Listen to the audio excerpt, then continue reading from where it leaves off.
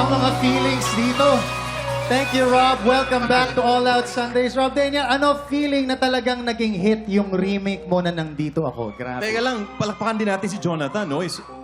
Grabe, ang galing din. Oo. Napakagaling. Lahat ng buong banda. Thank you so much for being here. Yes, Rob.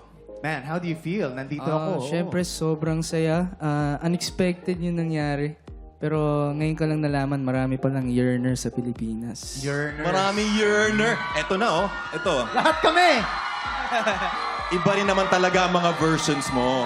And thank you sa pag-share ng single mo na Ikaw Sana. Grabe, 5 million views in just 4 months.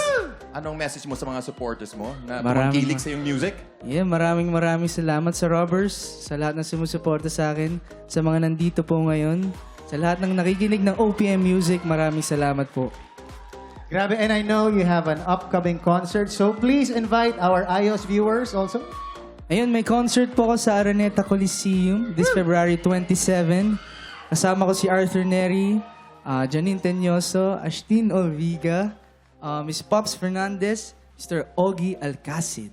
Perfect. Grabe, perfect lineup. Salamat for being here, Rob. At balik ka kaagad dahil talagang trip na mga kaayos natin ang music mo. Thank you again so much. Thank you, Rob.